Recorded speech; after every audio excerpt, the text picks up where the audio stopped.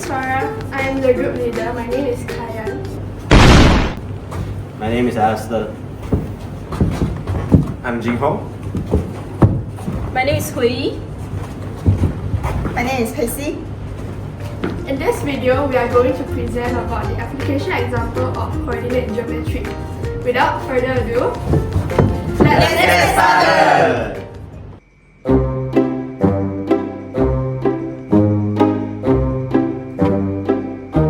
A few moments later, 2,000 years later, one eternity later.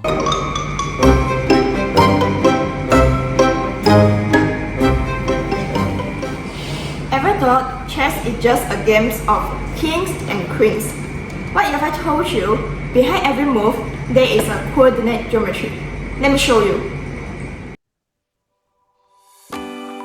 Here's the trick. The chessboard is basically an 8x8 coordinate grid. Columns A to H are your x-axis, so A is 1, H is 8. Rows 1 to 8 are your y-axis. For example, square d5, that's 4, 5. Simple. Every chess piece moves along coordinate. The rook moves straight across a row or column, meaning it keeps x or y constant, like a1 to a5. X stays the same. Bishops go diagonally from c1 to f4, that's from 3-1 to 6-4. Both values increase by 3. The slope always 1 or -1. While knights jumping from 2-1 to 3-3. X plus 1, y plus 2. X is in L shape. Online chess engines use formula to detect legal moves. For example, they use the distance formula to measure how far piece moves. The distance formula, which is square root x2 minus x1 squared plus y2 minus y1 squared. They also use gradient formula to confirm diagonal movement. Here's the challenge. Queens at 7-6, kings at 8-7. If she moves to 8-7, there's a diagonal with slope equal to 1, that's legal, and checkmate. You thought this was just chess? No, you just use slopes, coordinates, distances, midpoints, and logical thinking. Now let's take this idea of grids and apply it to something more serious.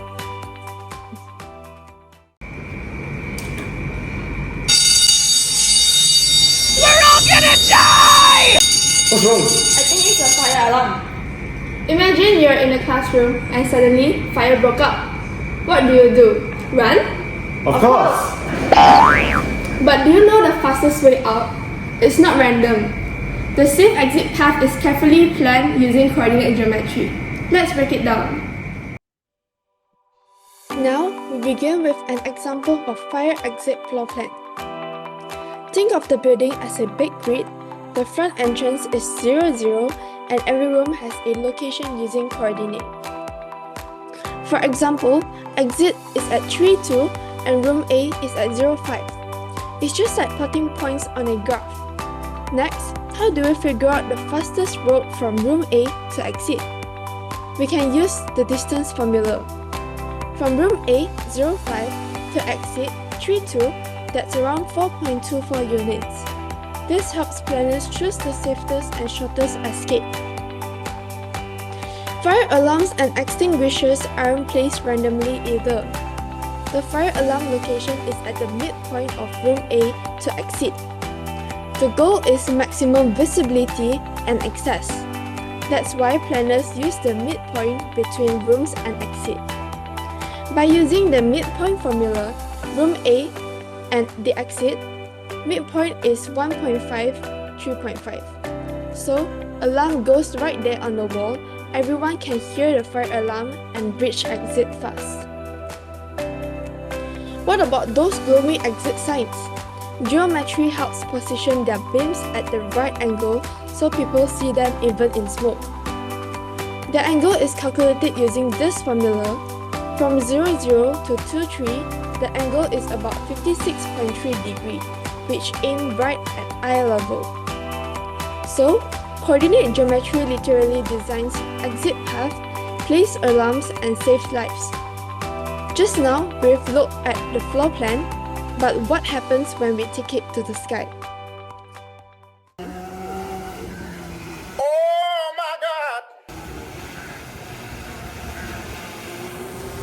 Drones look so smart, zooming across the skies like it knows exactly where to go. But did you know that they're just following coordinate geometry? Whether it's choosing the shortest path, adjusting its angles, or even stopping in mid-air. Everything is decided with geometry. Let's break it down even more with this drone's journey.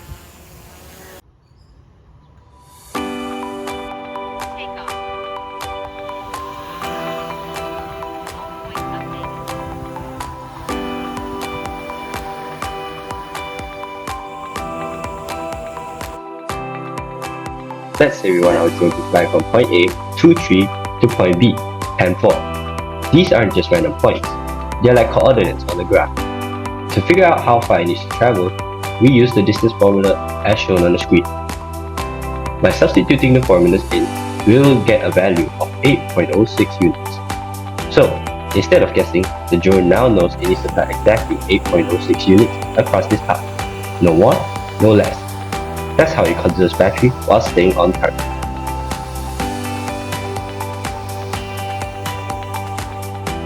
Oh, so it knows how far to go, but it's not flying straight on flat ground. It needs to climb upward. So how steep should that path be? That's where we use the angle of elevation. We form a right triangle using the horizontal change and the vertical rise, which are both 8 units and 6 units respectively. Now, we sub those values into the tangent formula and we will find our degree, which is 37 degrees. A 37-degree upward angle is gentle, efficient, and safe, great for avoiding trees, buildings, or even crows flying around campus.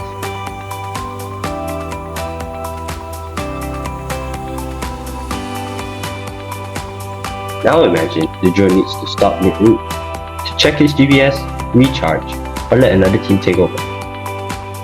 Now, we use the midpoint formula to find the perfect halfway point. By substituting our values into the midpoint formula, we'll get a coordinate value of 6.3. So, the drone pauses at 6.3 to refuel, recalibrate, or check signal strength. Midpoints are super useful for long flights or hand-over zones. Drones use coordinate geometry to fly precisely. In fact, the same idea of plotting precise points isn't just up in the sky. It's also used right on your face.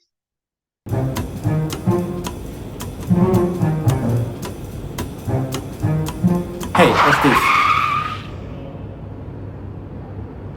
No password, no fingerprint, just my face. Have you wondered how your phone does that? It's coordinate geometry. Let me show you how your phone does that. So, by using a Python script, I'll show you how Face ID works by using coordinate geometry. When you look at your phone, it doesn't just see a photo, it sees key point on your face. As you can see, each of the purple circles on my face is a key point. Like the center of my eyes and mouth, the tip of my nose, and jawline. Each of them gets a coordinate. It's like turning your face into a graph, where each of the point has an x and y value. Example like this. So, to let your phone recognize you, your phone will compare how far these points are from each other. This is where the distance formulas comes in. For example, your eye distance, nose to chin length, all of them are measured in real time. Example like this.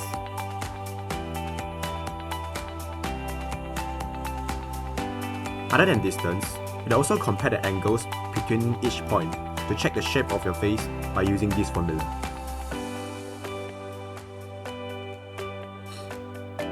Like the tilt of your jaw or eyebrows, example like this.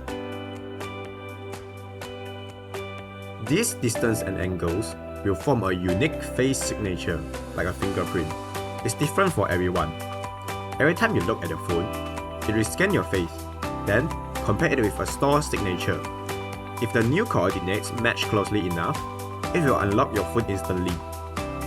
That's how coordinate geometry does its job in milliseconds. Example like this. So, why is Face ID better than just a photo? Because It uses geometry, not just looks. Even if you change your hairstyle, grow a beard, or wear any makeup, your face structure stays the same.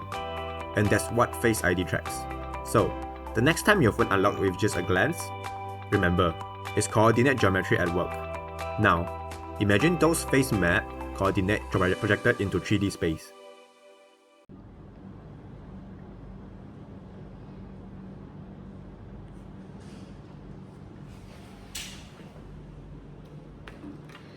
Have you ever seen something float in mid-air with no wires, no magic, but only coordinate geometry? Let's see how these illusions of floating light is powered by angle, symmetry, and grid logic. Alright, we begin with 4 trapezoid pieces made from transparent plastic.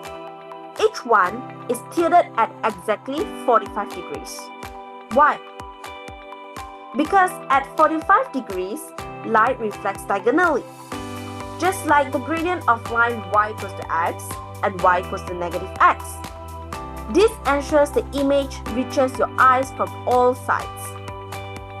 Now, let's add the coordinate geometry.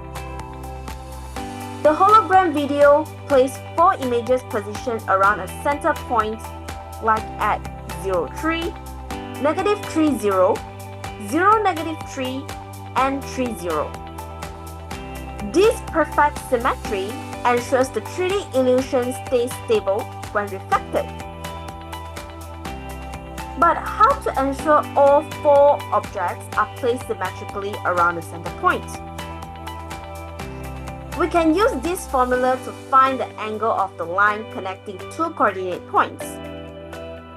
This formula helps us find the direction from the center to each image, so it can keep the 3D illusion stable when reflected. And ta-da! With all parts aligned using coordinate geometry, we get this stunning 3D illusion. What we are seeing is actually 4 flat images reflected precisely into your view. Coordinate geometry is doing all the heavy lifting behind the scenes. From a simple chessboard to hologram, coordinate geometry is an invisible grid that shapes our world. That's all from us. Thank you. Bye-bye.